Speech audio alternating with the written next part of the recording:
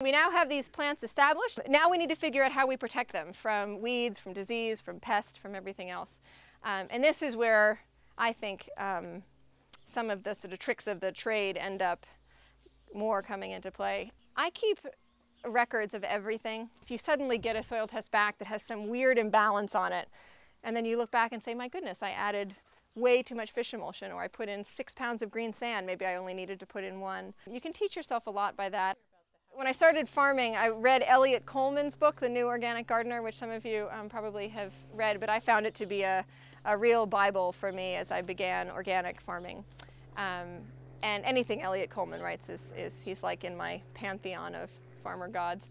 And he talks in one chapter where he begins talking about pest and disease.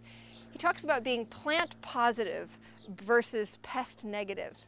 And I thought it was like this wonderfully, isn't it, that's this wholesome approach to dealing with insects in your garden. You know, that the stronger the plants are, the less bugs will be an issue, and that you should just pour your good energy into your plants, and then you won't have any diseases and you won't have any weeds. And if you have diseases and if you have bugs eating your plants, then there's something wrong with you as a gardener. And I said, yes, absolutely, Elliot. And I went out and I was feeling so plant positive.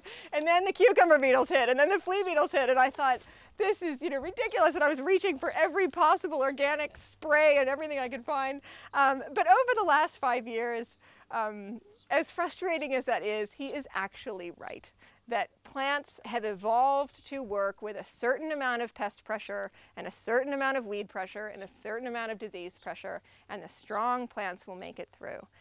If you are putting plants in soil that doesn't have enough food for them and they're hungry and they're weakened, if the soil has too much food for them and they're overwhelmed by the nutritional density of the soil, they will be exposed, just like people, to come down with flea beetle or come down with powdery mildew or something else.